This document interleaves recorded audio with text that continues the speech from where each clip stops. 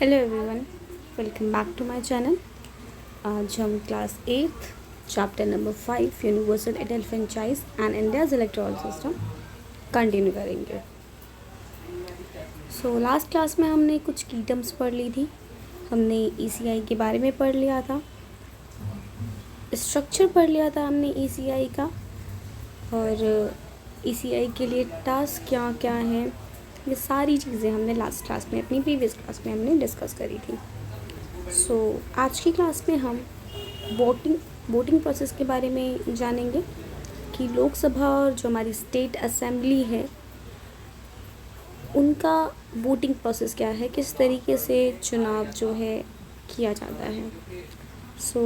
दोनों का ही सेम है और दोनों के ही जो चुनाव है वो हर 5 साल में कंडक्ट करवाए जाते हैं और इसमें जो है डायरेक्ट पार्टिसिपेशन होता है जनता का। पहला क्या होता है कि जो फर्स्ट ऑफिसर होता है वो जो वोटर लिस्ट होती है उसमें वो वेरीफाई करता है आईडी प्रूफ से। मीन्स कि जब आप वोट देने के लिए जाते हो आपकी कॉन्स्टिट्यूंसी में जिस भी स्कूल के अंदर आपका नाम आता है वोट डालने के लिए, आपको वहाँ जाना होता है। मीन्स कि जो हमारे वोट डाले जाते हैं, जो चुनाव करवाए जाते हैं वो स्कूलों के अंदर करवाए जाते हैं। और स्कूलों के अंदर करवाने का रीज़न क्या होता है, क्योंकि स्कूल जो होते हैं उनके पास स्पेस ज़्यादा होता है, वाटर फैसिलिटी और सैनिटेशन की फैसिलिटी प्रोवाइड होती है वहाँ पे। प्लस जो स्कूल है वो कुछ इंक्लूसिव तरीके से बनाया जाता है कि अगर डिसेबल्ड लोग आएँ तो उनके लिए भी रैंप वॉक होती है, प्लस बहुत सारे रूम्स होते हैं और एक ग्राउंड भी होता है उनके पास। तो इसी वजह से स्कूलों के अंदर ही जो है इलेक्शन करवाए जाते हैं। पहला काम क्या होता है कि जो फर्स्ट ऑफिसर होता है, जब आप उस जगह पे जाते हो चुनाव करने के लिए या फिर आप वोट डालने के लिए जाते हो, तो सबसे पहले आपका जो वोटर लिस्ट में आपका नाम चेक किया जाएगा और जो आपका वोटर आईडी कार्ड है, जो भी आप आईडी प्रूफ लेके जाओगे, मैच किया जाएगा कि आपका नाम है या नहीं। फिर सेकंड क्या होता है कि जो सेकंड ऑफिसर होता है वो हमारी फिंगर्स पे इंक लगाता है। आपने देखा होगा कि जब आपके पेरेंट्स वोट डालने के लिए जाते हैं तो और जब वो वहाँ से आते हैं तो कुछ एक ब्लैक और डार्क ब्लू कलर का मार्कर जो है उनकी फिंगर पे लगा हुआ होता है और ये काफ़ी टाइम तक रहता है। मीन्स आप ये कह सकते हो कि 2 हफ्ते 3 हफ्ते तक वो लगा ही रहता है, वो छूटता नहीं है जल्दी। और ये इससे हमें पता चलता है कि वो इंसान जो है वो वोट देकर आया है और वो दोबारा वोट देने के लिए नहीं जा सकता है। सेकंड ऑफिसर क्या करता है, हमारी फिंगर को इंक करता है, हमें चिट देता है और सिग्नेचर करवाता है। फिर थर्ड ऑफिसर वो फिंगर चेक करता है हमारा कि हमने वोट डाल दिया है या नहीं। अगर हमने वोट डाल दिया होगा तो हमें जाने के लिए बोलेगा। प्लस जो नोटा ऑप्शन होता है वो भी अवेलेबल होता है वहाँ पर, ठीक है। जैसे आप यहाँ पे इस साइड में देखिए, इस पिक्चर के अंदर देखिए, candidate A, candidate B, candidate C, candidate D and NOTA. Candidate मतलब कि आपके एरिया से, आपकी कॉन्स्टिट्यूंसी से जो भी पर्सन जिस पार्टी से खड़ा होगा वो कैंडिडेट कहलाएगा। ओके, ऐसे नाम लिखे हुए होते हैं, प्लस उनकी पार्टी के सिंबल होते हैं और साथ में लास्ट में नोटा भी लिखा हुआ होता है। और नोटा पे आपकी चॉइस है कि आप देना चाहते हो या नहीं। अगर आप नोटा को वोट डालते हो तो आप किसी भी पार्टी को, किसी भी कैंडिडेट को वोट नहीं दे रहे। It means okay, NOTA none of the above, इसका मतलब ये होता है। उसके बाद जो ईवीएम मशीन होती है हमारी, हम ईवीएम मशीन का जो है बटन प्रेस करते हैं और वो एक स्लिप निकालता है, वेरीफाई प्रिंटेड स्लिप ऑन वीपीके, जो कि वेरीफाई करता है कि आपने कौन से कैंडिडेट को वोट दिया है या फिर आपने किसको वोट दिया है। ईवीएम मशीन जो है एक तुरंत ही वो स्लिप जो है वो प्रिंट करके निकालती है कि आपने जो है इलेक्शन, मतलब आपने जो है वोट दे दिया है। और ये बहुत सीक्रेट तरीके से किया जाता है। जब आप उस टाइम पे वोट दे रहे होगे तो वहाँ पर आपके आसपास कोई नहीं होगा। उसके बाद हम बात करते हैं मॉडल कोड ऑफ कंडक्ट, यानी कि MCC। अच्छा, मैं आपको एक चीज़ और बता दूँ कि क्लास 8 के अकॉर्डिंग आपको सिर्फ इतना ही जानना है कि प्रोसेस क्या होता है, कि जब आप उस जगह पे जाते हो तो क्या क्या प्रोसेस होते हैं वोट डालने के, वोटिंग के क्या क्या प्रोसेस होते हैं। बाकी हर पार्टी के पास अपना जो है एक राइट है। जब MCC जो है लागू करी जाती है, आचार संहिता लागू करी जाती है, तो उनके पास राइट होता है कि वो अपनी पार्टी को अपनी पार्टी का प्रचार कर सकते हैं, अपनी पार्टी को एडवर्टाइज़ कर सकते हैं, बट एक पीसफुल तरीके से, किसी पर्टिकुलर कम्युनिटी को लेकर नहीं, बायसनेस नहीं दिखा सकते, कोई गिफ्ट डिस्ट्रीब्यूशन नहीं होगा, कोई मनी डिस्ट्रीब्यूशन नहीं होगा, इन सब चीज़ों का ध्यान रखना होता है। और इसके अलावा जो हमारी ECI है वो भी इन सब बातों का ध्यान रखती है कि कोई भी पार्टी ऐसा ना करे। So model code of conduct adopted in Kerala in 1960, ECI enforced strictly since 1991. So इसको अडॉप्ट किया गया था 1960 केरला में, और जो हमारी ECI है उसने इसको 1991 से एनफोर्स कर दिया था बहुत स्ट्रिक्ट तरीके से, और जब से अभी तक यह चलती आ रही है।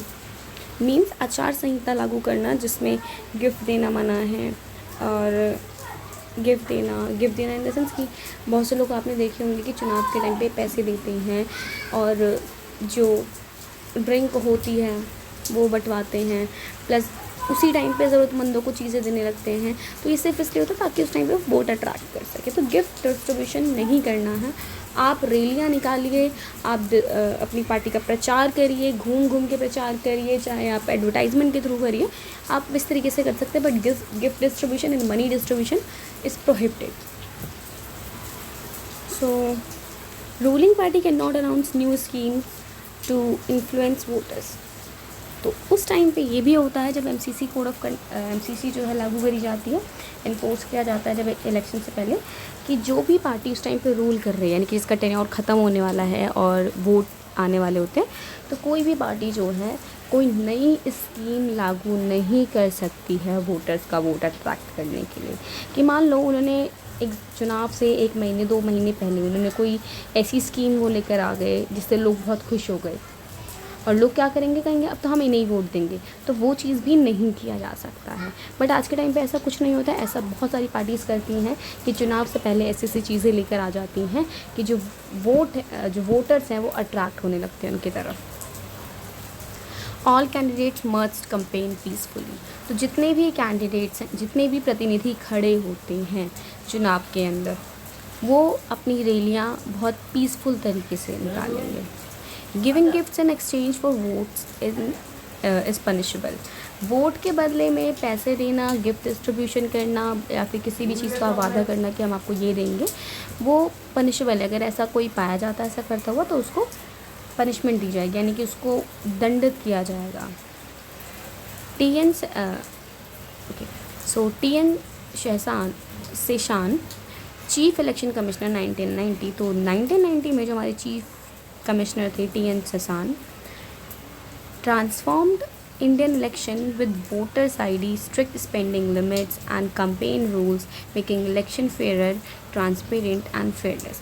तो इन्होंने क्या किया था कि इन्होंने जो हमारा इंडियन इलेक्शन है उसको वोटर IDs के साथ ट्रांसफॉर्म किया, यानी कि वो बदलाव लेकर आए कि जो वोट दिए जाएंगे वोटर ID कार्ड के थ्रू दिए जाएंगे। प्लस कुछ लिमिट्स होंगी कि अगर आप पैसे भी खर्च कर रहे हो अपने चुनाव में, कंपेन रैलियाँ निकालने के लिए, किसी भी चीज़ के लिए, एडवर्टाइजमेंट के लिए अपने बैनर बनवा रहे हो, या आपने देखा होगा बहुत सारी टी-शर्टें भी आती हैं उस टाइम पे लोग पहन के घूमते हैं सेम पार्टीज़ की।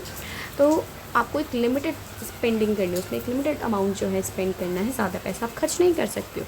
उसके साथ जो कंपेन्स होंगे उसके भी आपके रूल होंगे। अगर आप रैलियाँ निकाल रहे हो तो बहुत स्ट्रिक्ट रूल्स होंगे उसके, कि वो सिर्फ और सिर्फ इलेक्शन के पर्पज़ से होना चाहिए, बहुत फेयर होना चाहिए, ट्रांसपेरेंट होना चाहिए और फेयरलेस होना चाहिए। यानी कि आप उसमें किसी कम्युनिटी के साथ बायस नहीं हो सकते हो, किसी दूसरी नेशनल पार्टी या किसी दूसरी पार्टी को आप लेट डाउन नहीं कर सकते हो, किसी दूसरे कैंडिडेट को आप उसकी बेइज्जती नहीं कर सकते, उसके लिए आप शब्द यूज़ नहीं कर सकते हो। ये सारी चीज़ें इन्होंने उस टाइम पे कही थी TN शेषान ने, और ये 1990 में हमारे इलेक्शन चीफ कमिश्नर थे। सो आगे अगर हम बात करते हैं तो टाइप ऑफ इलेक्शन, कितने टाइप के इलेक्शन होते हैं।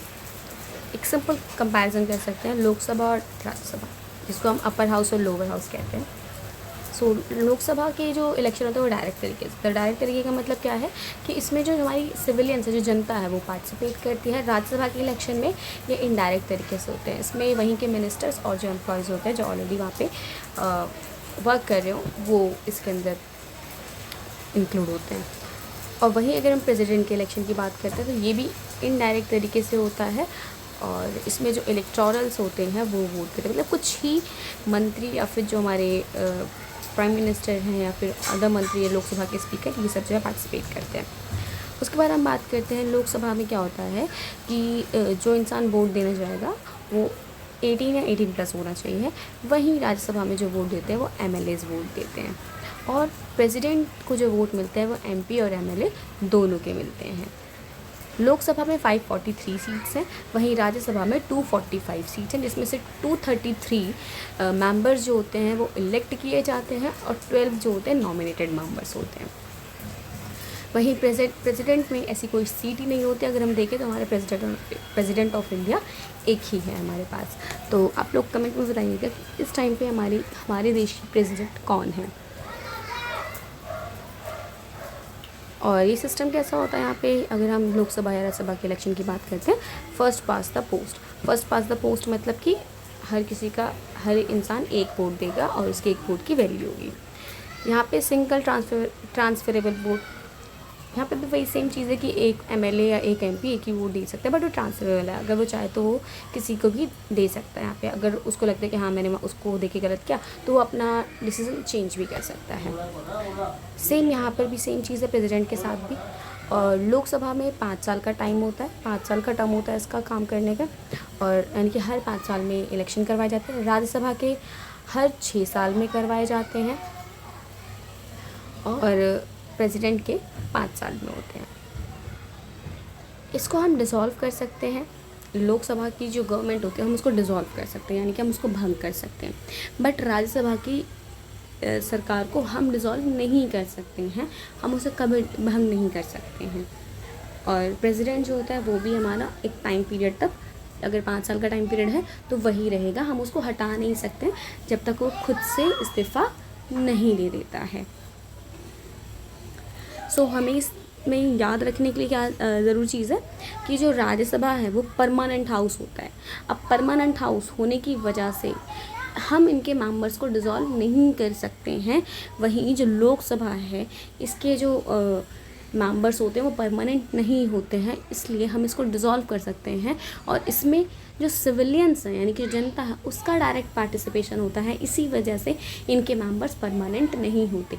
बट राज्यसभा में हमारा यानी कि जनता का कोई रोल नहीं होता है, उसमें सिर्फ और सिर्फ MLAs पार्टिसिपेट करते हैं, तो हम उसको डिसॉल्व नहीं कर सकते हैं। So Rajya Sabha seat allocation is based on state population.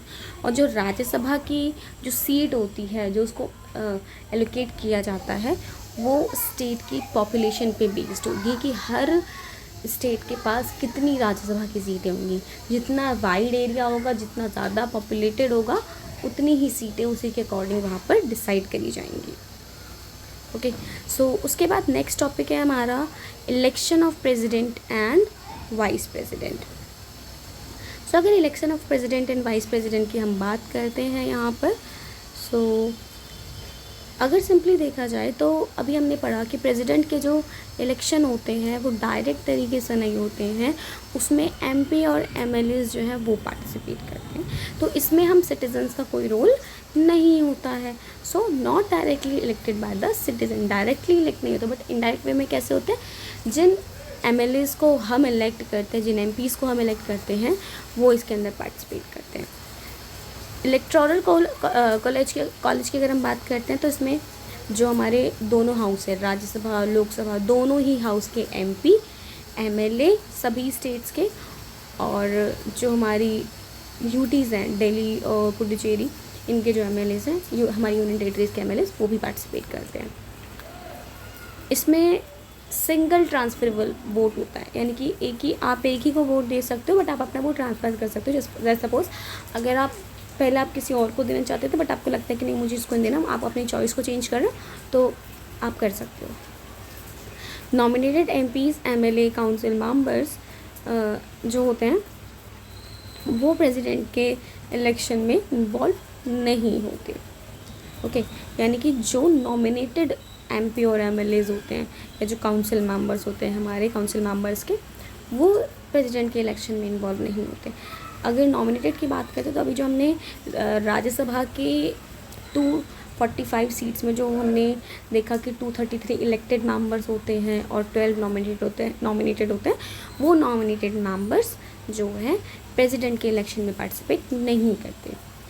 फिर अगर हम वाइस प्रेसिडेंट की बात कर रहे हैं तो वाइस प्रेसिडेंट जो हैं इनके इलेक्शन में जो एमपीज़ हैं वो पार्टिसिपेट करते हैं, इसमें इलेक्टेड मेंबर्स भी और नॉन इलेक्टेड मेंबर्स भी।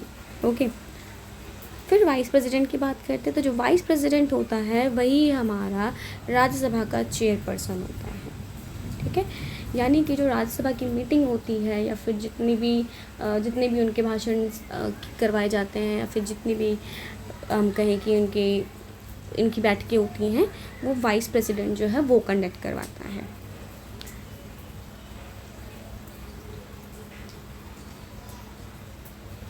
सिंगल ट्रांसफरेबल वोट का मतलब क्या है कि मान लो पहले आपने एक को वोट दिया, यू आर नॉट सेटिस्फाइड, आपने चेंज कर दिया, आप अपनी प्रेफरेंस को चेंज कर रहे हो, आपने फिर दूसरे को दे दिया, दूसरे से आपने तीसरे को दे दिया, आपकी मर्जी है।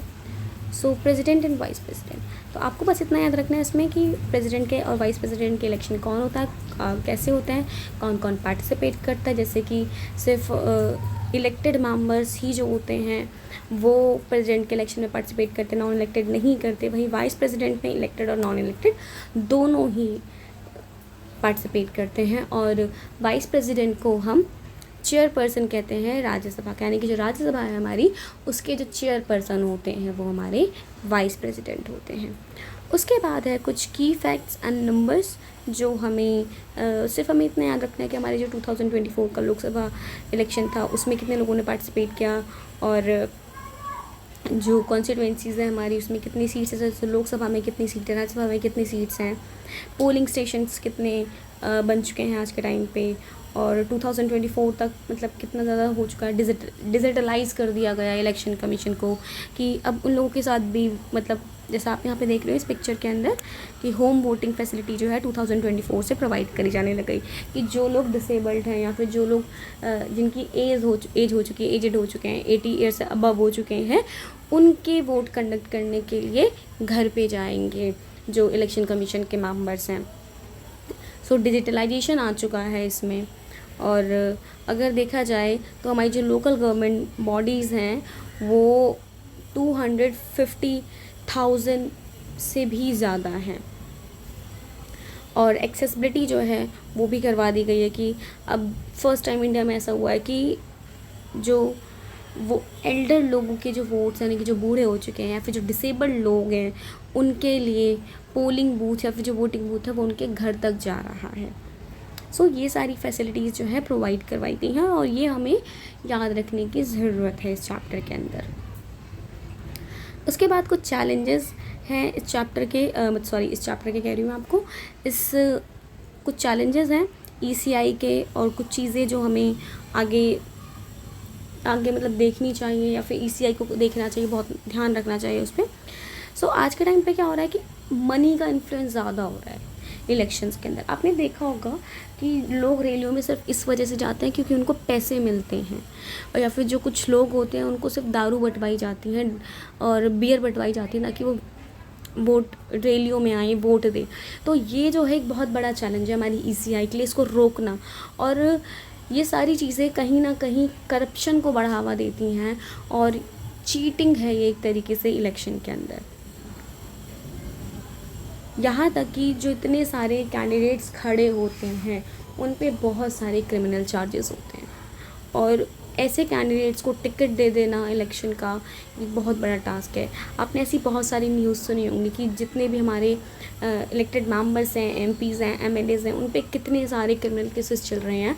अगर मैं आपको बताऊं तो आपने ब्रिजभूषण का अगर नाम सुना हो, ब्रिजभूषण शरण ऐसा कुछ करके नाम है उनका, और वो यूपी में नवाबगंज एक जगह है गोंडा के पास, वहाँ के वो MLA थे। तो जब उन पे केस किया गया, मतलब उन पे क्रिमिनल चार्जेस लगे और उन पे सेक्सुअल हैरेसमेंट का केस लगाया गया था। आपने बबीता फोगाट और गीता फोगाट के बारे में सुना होगा, उन्हीं की सिस्टर के थ्रू, वो भी एक एथलीट है, उनके थ्रू, क्योंकि उस टाइम पे वो एथलीट मिनिस्टर थे, स्पोर्ट्स मिनिस्टर थे, तो उन पे लगाया गया था। जिसके बाद उनको कुछ टाइम के लिए अंडरग्राउंड कर दिया गया और जो उनके बेटे हैं उनको टिकट दे दिया गया, जो कि ये सरासर गलत है। बट ये सारी चीज़ें होती हैं और ये एक चैलेंज है ईसीआई के लिए, नहीं सिर्फ हमारी कंट्री के लिए भी एक चैलेंज है ये। उसके बाद अगर हम बात करें जो अर्बन एरियाज़ हैं, मोस्ट ऑफ लोग वोट देने के लिए नहीं जाते हैं आज के टाइम पे। मतलब क्यों नहीं जाते हैं देने के लिए लोग वोट? क्योंकि अगर देखा जाए तो जो आज की यूथ है, जिस तरीके से गवर्नमेंट के हालात हैं, जो चीज़ें हो रही हैं, ऐसा लगता है कि गवर्नमेंट कुछ कर ही नहीं रही है। सो वो लोग वोट देने के लिए ही नहीं जाते हैं। उसके बाद अगर हम बात करते हैं वे फॉरवर्ड के, यानी कि कुछ चीज़ें जो सबको ध्यान ही रखनी चाहिए। So empower voters with information, media education and awareness campaigns are key. So अगर हम बात करते हैं वोट को एम्पावर करने की, अगर हमें कुछ चीज़ें ज़रूरी है कि फॉलो करनी चाहिए, तो एजुकेशन बहुत ज़रूरी है। मीडिया के थ्रू अवेयरनेस करवानी चाहिए, अवेयरनेस कैंपेन्स लगानी चाहिए, क्योंकि आज के टाइम पे वोट जितना, मतलब हर एक वोट जितना इम्पॉर्टेंट है हमारे लिए, किसी भी कैंडिडेट के लिए, तो हमें अवेयर रहना चाहिए। बट ये सारी चीज़ें तभी पॉसिबल हैं जब पब्लिक को एक पॉजिटिव आउटकम नज़र आएगा। An aware and vigilant voter is the strongest safeguard of democracy. तो जो वोटर्स अवेयर होते हैं और विजिलेंट होते हैं, वो एक सेफ गार्ड है डेमोक्रेसी का। यानी कि जो जानते हैं कि वोट देना उनकी एक ज़िम्मेदारी है, रिस्पॉन्सिबिलिटी है, और वो अवेयर है इस चीज़ से, तो वो हमारी डेमोक्रेसी को स्ट्रॉन्ग बनाता है। हमें वोट देना चाहिए, बेशक हम चाहे नोटा कोई क्यों ना वोट दे, पर हमें वोट देना चाहिए। सो इसलिए कहा गया है your vote your power, use it wisely. तो आपका वोट जो है वो आपकी ताकत है, इसलिए हमें इसको सही तरीके से इस्तेमाल करना चाहिए। हमें उस पार्टी को वोट देना चाहिए जो डिज़र्विंग पार्टी हो, ऐसी पार्टी को नहीं जो सिर्फ और सिर्फ धर्म के नाम पर, किसी कम्युनिटी के नाम पर, या इलेक्शन से पहले ही जो सिर्फ स्कीम्स को इन्फोर्स करना, लागू करना, ये सारी चीज़ें देख रही है। सो ये जो चैप्टर है ये सिर्फ हमें इलेक्शन कमीशन के बारे में नहीं बताता है, हमें जो हमारे सराउंडिंग में, जो हमारे आसपास जो चल रहा है, उसकी हार्श रियलिटी से हमें अवगत करवाता है। सो इसके बाद हम देखते हैं अगर एक जो बहुत इम्पॉर्टेंट चीज़ है इस चैप्टर में। So India's electoral system is the largest democratic exercise in the world. तो ये चीज़ 100% ट्रू है कि जो इंडिया का इलेक्टोरल सिस्टम है, जो इंडिया की चुनाव प्रणाली है, वो पूरे वर्ल्ड में सबसे बड़ी लार्जेस्ट डेमोक्रेटिक एक्सरसाइज है, यानी कि पूरे वर्ल्ड की सबसे बड़ी लोकतांत्रिक व्यवस्था है। सो इसीलिए कहा जाता है let's vote let's build a better nation, कि हमें वोट देकर एक अच्छा राष्ट्र तैयार करना चाहिए, एक अच्छा भारत बनाना चाहिए। पर ये तभी पॉसिबल है जब हमारी जो जनता है और जो हमारे कैंडिडेट्स जो इलेक्शन में खड़े होते हैं वो मिलकर काम करें।